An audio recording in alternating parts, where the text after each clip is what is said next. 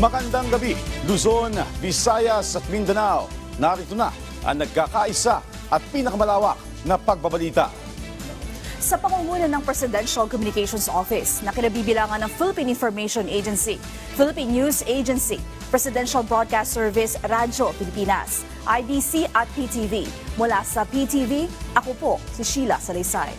Ihahatid namin ang mga komprehensibo at mahalagang balita mula sa iba't ibang bahagi ng bansa.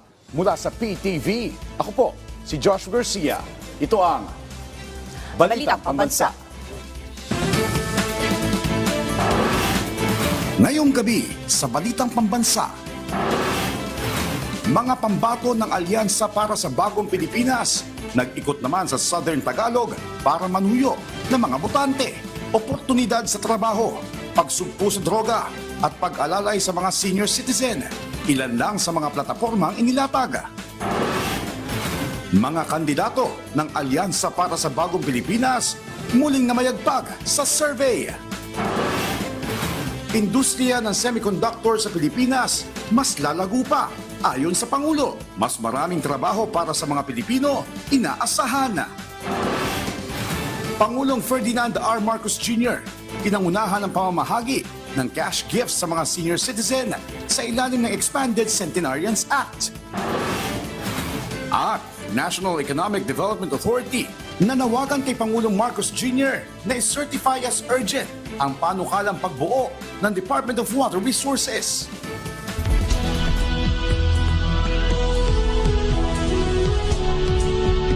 Una po sa ating mga balita, sa Southern Tagalog naman nanuyo ang mga pambato ng Alyansa para sa Bagong Pilipinas.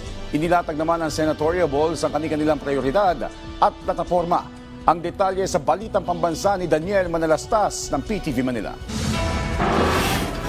Patuloy ang pag-iikot ng mga senatorial balls ng Alyansa para sa Bagong Pilipinas para mangampanya. Nagtungo kahapon si senatorial candidate Manny Pacquiao sa Laguna at Quezon. Nakakuha ng suporta ang pambansang kamao sa mga alkalde ng Laguna. Ayon kay Pacman, nais niyang magbalik sa pamamagitan ng pagbuo ng oportunidad sa mga Pinoy. Si Senador Bong Revilla naman nakiisa sa pagdiriwang ng inaugural payout ng 10,000 pesos cash gift para sa ating mga lolo at lola na ginanap sa Malacanang. Kaya yung 85, 90, 95, tatagyan natin 10,000 pesos. At yung 100,000. Kaya dito po ngayon ay binigyan ng Presidente ng cash gift na yung ating mga lola at lolo. Kaya dito po kayo, kaya yung mga hindi pa nagpaparehistro, parehistro na po kayo. Si dating Senador Ping Lacson nagtungo sa Tagaytay at isinulong ang dobleng papel para sa Philippine National Police para labanan ng iligal na droga. Anya, pwedeng turuan ng mga pulis na makiisa sa komunidad, guro at paaralan kung saan sila raw ang magpapaliwanag sa bata na iwasan ng droga. Si senatorial candidate Abby Binay naman, binigyan diin ang pangangailangan ng mga batas na praktikal at may sapat na pondo. Common sense daw ang dapat pairalin para hindi maging pabigat sa mga LGUs ang anumang batas. Si Senate Majority Leader Francis Tolentino nasa Tagaytay din kahapon para makiisa sa mga programa para puksain ang ilegal na droga at gabayan ng kabataan. Mula sa PTV Manila, Daniel Manalastas, Balitang Pambansa. Namayagpag ang mga pambato ng Alyansa para sa Bagong Pilipinas sa isinagawang pre-election survey ng WR Numero Research. Nangunguna si Representative Erwin Tulfo na may 46.5% na boto mula sa mga respondent. Sumusunod sa kanya hanggang sa ika-4 na pwesto sina Senators Lito Lapid, Bong Revilla at Pia Cayetano, sina former Senate President Tito Soto, Mayor Abby Binay at TV host Ben Tulfo ay nasa ika-5 hanggang ika-7 pwesto. Kasama rin sa listahan sina dating Senador Ping Lacson, Senators Bongo at Ronald De La Rosa at former Senator Manny Pacquiao. Nasa ika-11 hanggang ika-14 na posisyon ang TV host na si Willie Revillame at former Senators Bam Aquino at Kiko Pangilinan. Isinagawa ang survey mula February 10 hanggang 18 sa mahigit 1,800 adult Filipino respondents. Puspusan ang hakbang ng administrasyon ni Pangulong Ferdinand R. Marcos Jr. para mapalakas ang semiconductor industry na gumagawa ng mga modernong teknolohiya. Ang detalye sa Balitang Pambansa ni Clazel Pardilla ng PTV Manila. Cellphone, computer, at mga sasakyan.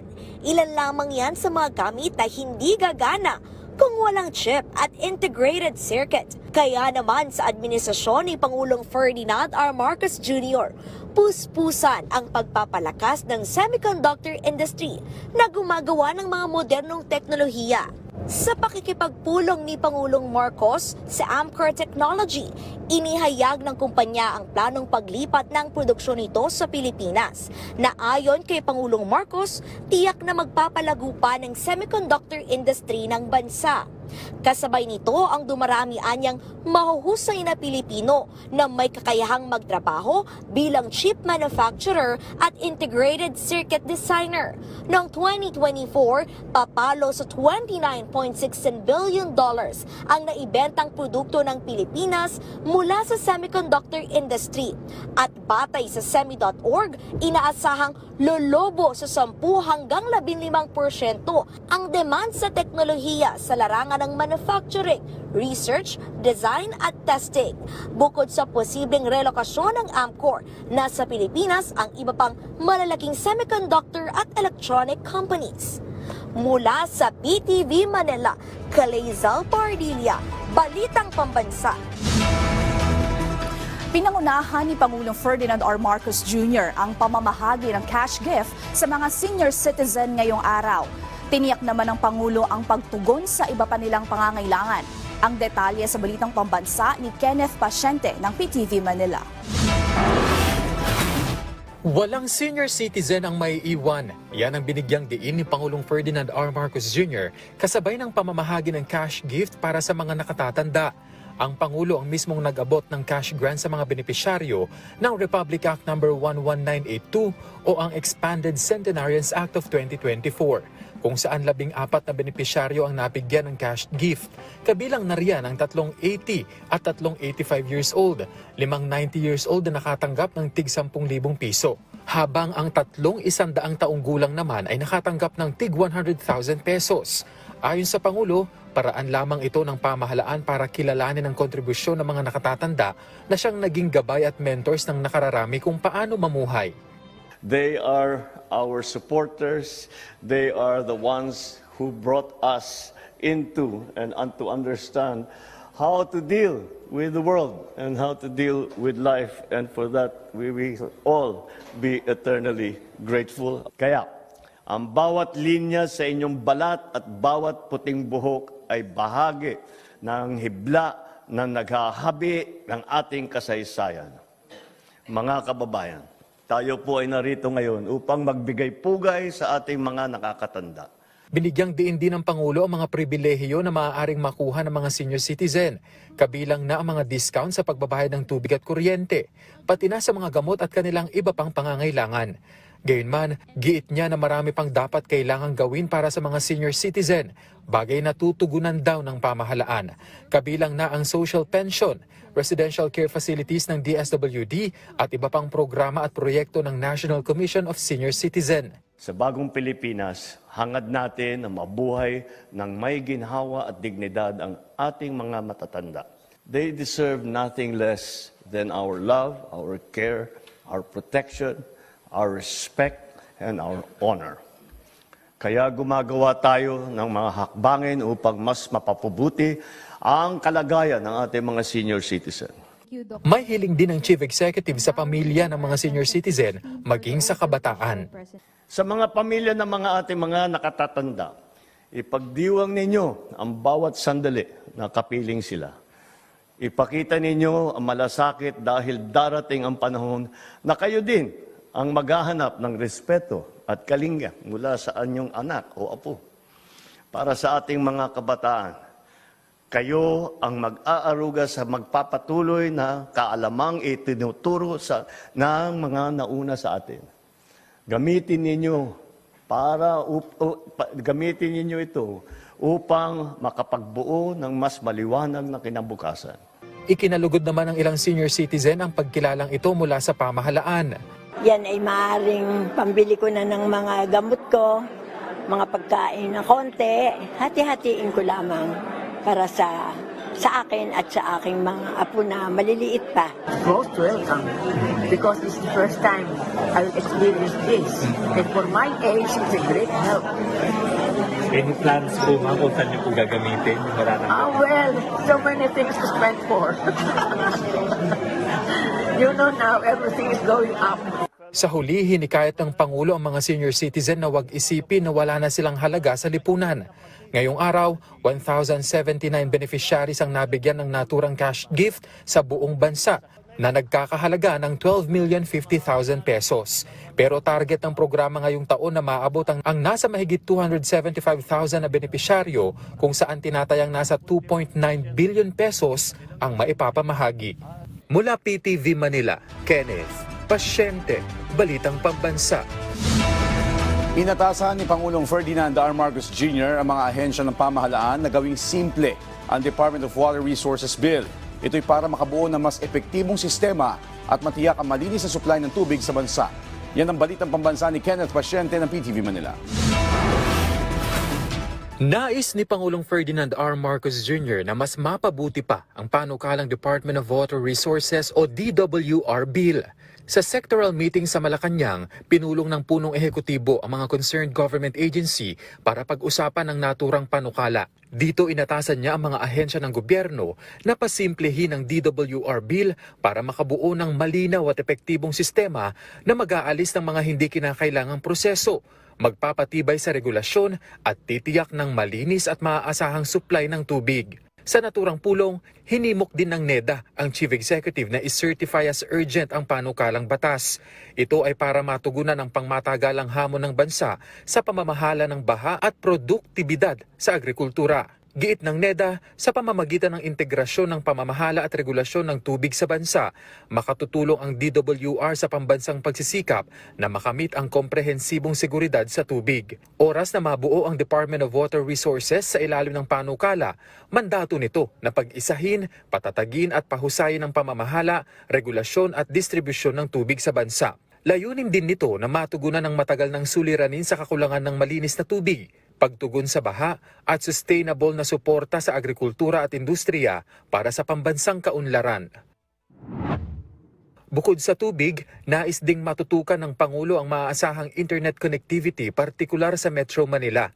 Sa pulong kasama ang MMDA, tinalakay ng Presidente ang Metro Manila Smart City Infrastructure for Network Resilience Project. Layo ng programa na gawing centralized ang fiber optic network na direktang magkukonekta sa 17 LGU sa Metropolis, sa MMDA at DICT. Giit ng Pangulo na sa pamamagitan ng naturang proyekto, matitiyak ang mas maayos na traffic management, mas mabilis na pagtugon sa mga aksidente, gayon din ang real-time flood level monitoring, mabilis na koordinasyon sa mga LGU, at agarang pagbibigay ng tulong sa oras ng sakuna. Mula PTV Manila, Kenneth Pasyente, Balitang Pambansa. Nailigtas na ng mga tauhan ng Philippine National Police ang 14 anyos na estudyante na kinidnap noong nakaraang linggo. Nasagip ang biktima sa pamamagitan ng Technical Lead at Human Intelligence Report. Sinasabing na pressure ang mga kidnappers kaya pinakawala ng minor de edad. Ayon sa otoridad, wala nakuhang ransom ang mga kidnapper. Sinabi rin ng Department of the Interior and Local Government na mga Chinese ang suspect sa pagkidnap na pawang-miyembro ng sindikato at dating mga nagtatrabaho sa Pogo. Tukoy na raw ng otoridad ang mga suspect at tinutugis na ang mga ito. Matatandaan noong February 20 na paulat na nawawala ang bata. Nagbigay naman ng direktiba si Pangulong Ferdinand R. Marcos Jr. na habulin ang mga nasa likod ng kidnapping incident na ito. Well, in full knowledge na kasi ang EKG at ang NCRPO at ang buong police force sa sindikatong to. We know the numbers, we have knowledge kung saan sila nakatira, saan sila ang hideout nila, saan ang safe house nila. So expect that in the next few days ay mag-intensify kami ng drive para mahuli sila lahat. Magandang balita ang pagkakaalis ng Pilipinas sa Financial Action Task Force Gray List matapos ang mahigit sa 3 taon. Sa programang Mike Ave Live, sinabi ng financial analyst at economist na si Professor Astro del Castillo na makakaakit ito ng mas maraming investment sa bansa at mas lalo pang magtitiwala ang mga investor at financial institutions. Makikinabang rin aniya ang iba pang korporasyon, maging ang overseas Filipino workers dahil mas mababawasan ang kanilang transaction cost sa ibang bansa. Wala na rin anyang pangamba kapag nagpapadala ng pera ang mga OFW mula sa Pilipinas. Samantala sa usapin naman ng gold reserves, maituturing itong non-issue sa ngayon ayon kay Del Castillo. Ito ay dahil pinagtitiwalaan naman ang mga opisyal ng Bangko Sentral ng Pilipinas na magbenta ng ginto para gamitin sa pangangailangan ng gobyerno. Minsan nagbebenta ka rin ng ginto para gamitin sa mga pangangailangan ng gobyerno. At minsan kasi pag sobrang taas na yung produkto, tama rin naman na ibenta mo sa mataas na halaga, no? Para magamit ng maayos, no? It's a matter of managing it. Okay. So for now hindi naman natin nakikita na may mali siya. At noon pa naman ay na-declare na rin niya last year pa, no, na kung paano nila ginagamit itong asset na ito, itong gold na ito. Iginiit ng mga kongresista na anumang survey ang lumabas kaugnay sa impeachment complaint laban kay Vice President Sara Duterte, dapat ay panatilihin ng mga senador ang pagiging patas. Yan ay lalo pat may sapat namang basihan ang kanilang reklamo. Ang detalye sa Balitang Pambansa ni Mela Lesmoras ng PTV Manila. Kumpiyansa ang mga miyembro ng House Prosecution Panel na hindi haharangin ng Korte Suprema ang impeachment complaint ng Kamara laban kay Vice President Sara Duterte. Naghain kasi ng petisyon laban dito ang Vice Presidente at sa ngayon pinagkukomento na ng kataas-taasang hukuman ang Kongreso ukol dito. Ayon kay Manila 3rd District Representative Joel Chua, wala namang sapat na basehan para pigilan ng Korte ang impeachment.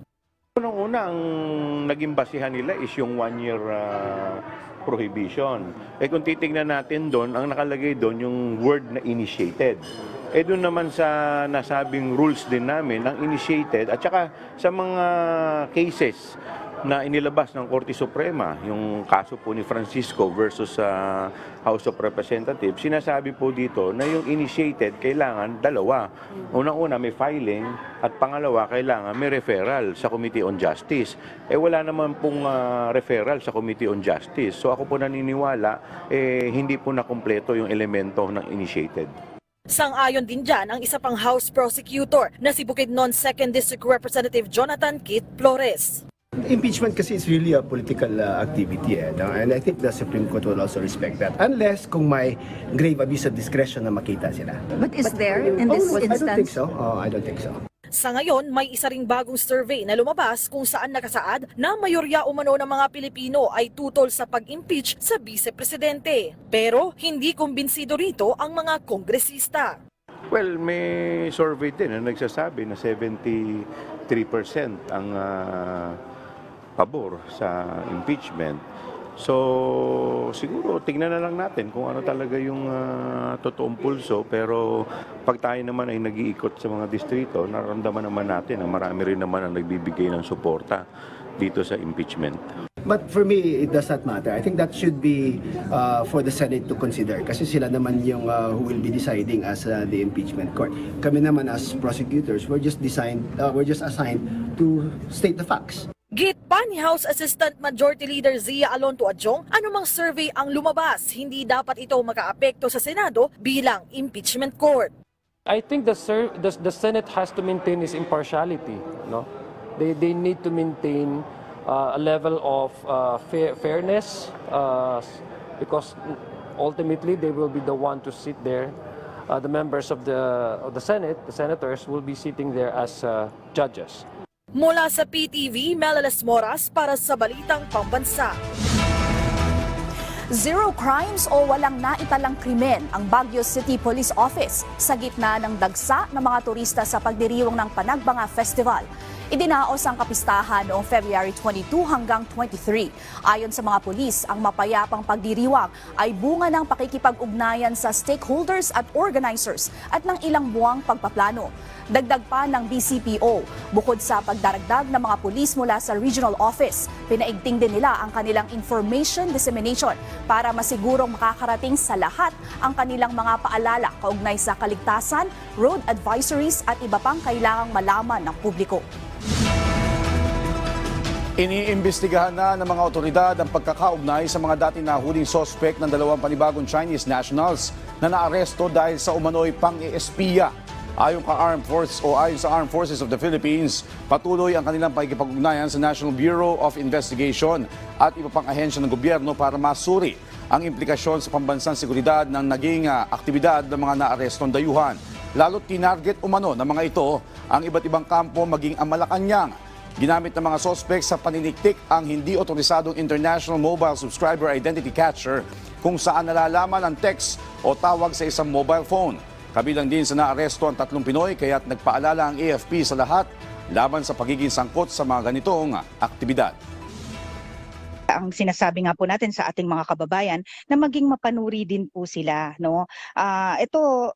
It's not all about getting itong payment out of this, no, but we call on the nationalism and patriotism of our kababayans na tignan din po itong implications ng kanilang involvement in these activities. Tiniyak ni Pangulong Ferdinand R. para sa mga pasahero. Yan ang balitang pambansa ni Christian Bascones ng PTV Manila. Hindi na maglalagay ng timeline ang Department of Transportation para sa kauna-unahang underground railway project dito sa bansa. Ito ang sinabi ni DOTR Secretary Vince Dizon dahil sa mga problema na nagiging balakid sa mabilis na pagtatapos ng proyekto tulad ng mga issue sa right-of-way. Isa rin aniya sa nagpapabagal nito ay ang mga informal settlers dahil nakasaad sa ROW Act na ipinagbabawal ang pagbabayad sa mga informal settlers. Kailangan muna silang hanapan ng relocation bago simulan ang proyekto na tatama sa kanilang mga tirahan. Ang underground papuntang Bikutan at Parañaque. Mayroon itong 17 rail stations at nakakonekta sa NAIA Terminal 3 na makakapagbigay serbisyo sa mga pasahero ng paliparan.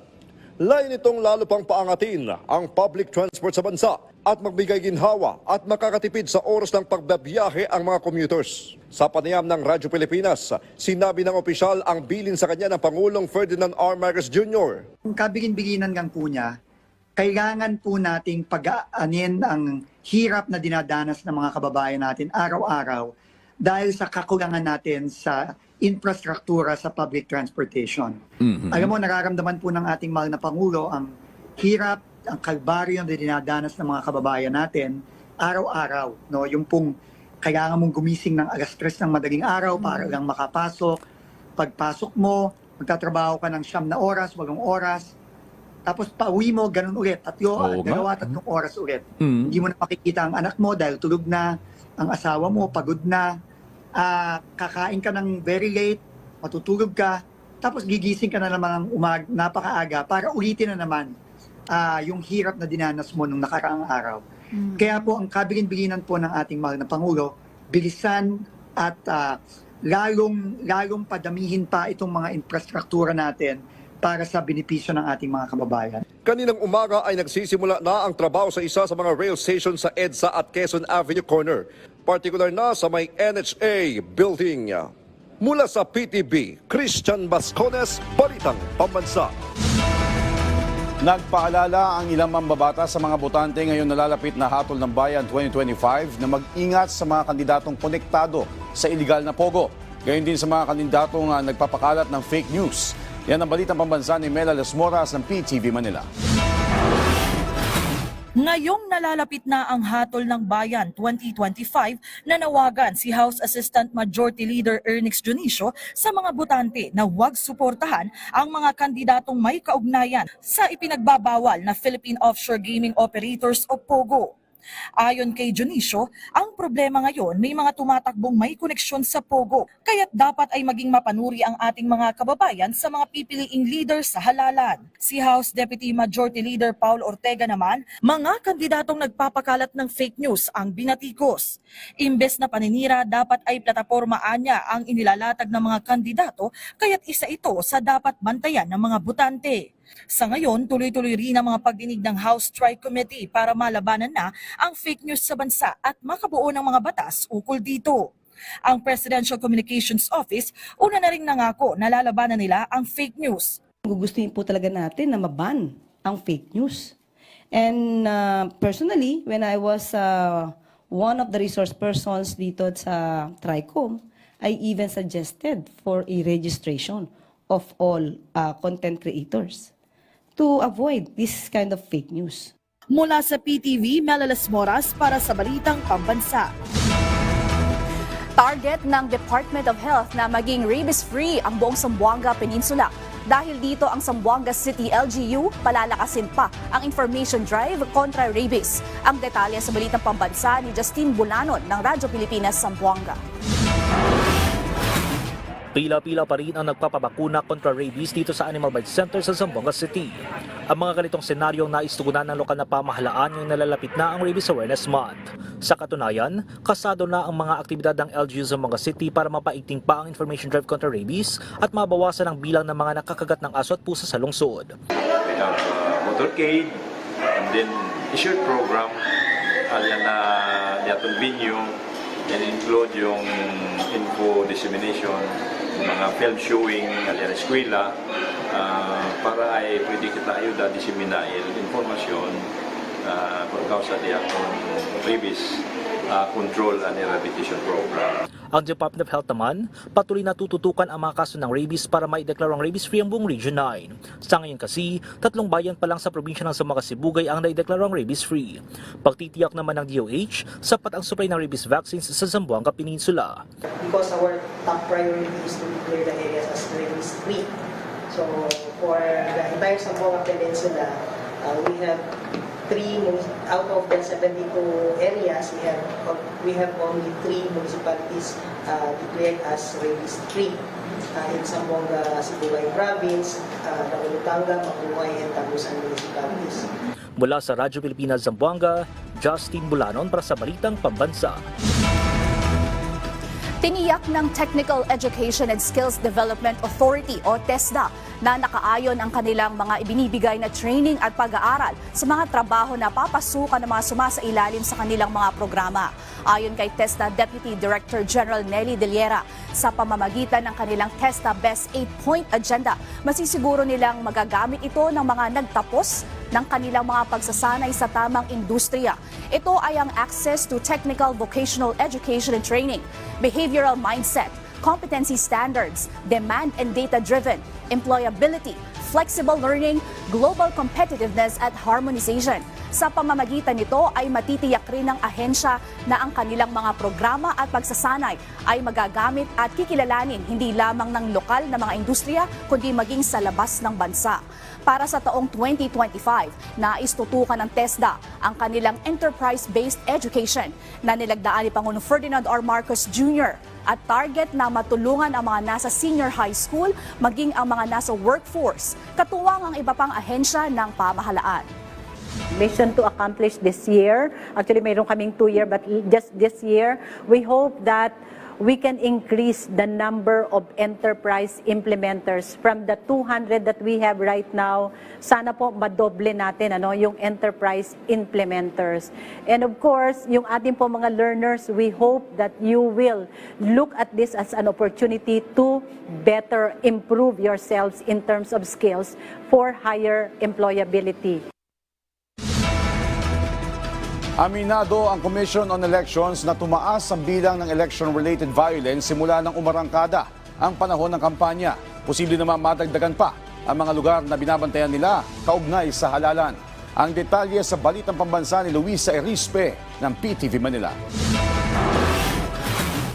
Pagbabaril nito lang Lunes sa Dato Piang, Maguindanao del Sur, si Vice Mayor Omar Samama sa harap ng publiko. Habang nagbibigay ng kanyang talumpati sa evacuation center, natambangan siya at tinamaan ng bala sa kanyang sikmura. Hindi man siya natuluyan, agad siyang itinakbo sa ospital.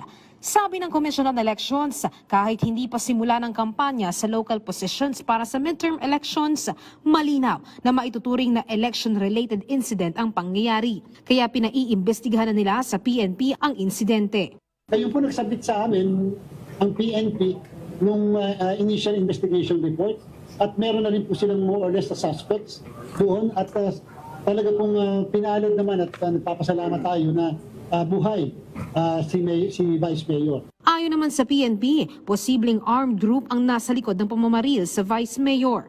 Kaparehas lang na naging pananambang sa isang engineer naman sa Cotabato City. Giit ni PNP PIO Chief Police Colonel Randolph Tuanyo, sa ngayon, nagkaroon na ng security adjustment ang PNP sa dalawang lugar at pinaigting na rin ang kanilang intelligence gathering.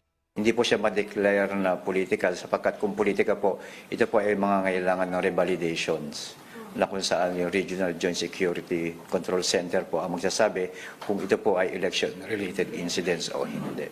So ngayon po ang tinutumbok po nila ay yung mga armed groups po. Pero aminado ang COMELEC, tumaas talaga ang election-related violence pagpasok ng kampanya. Kaya posibleng dadagdagan pa nila ang mga lugar na nasa red category sa areas of concern. Karamihan naman anya rito ay sa Maguindanao at sa Cotabato City. May mga napansin po tayo ng mga nasa orange category areas na bigla na lang nagkaroon ng spike ng violence. Hindi naman po ganun kataas yung ganung spike ng violence. Kaya lang, mukhang kinakailangan yung aming security forces mas damihan namin. Nagbabala naman ang COMELEC, sana wag nang umabot pa sa COMELEC control tulad ng nangyari sa ibang lugar noong barangay at SK elections. Huwag sanang umabot sa COMELEC control. Pag COMELEC control, the decision, especially kahit sa LGU, should come from the COMELEC. Bukas inaasahang magpupulong ang COMELEC at PNP para pag-usapan ang posibleng reclassifying sa areas of concern. Mula sa People's Television Network, Luisa Erispe para sa Balitang Pambansa.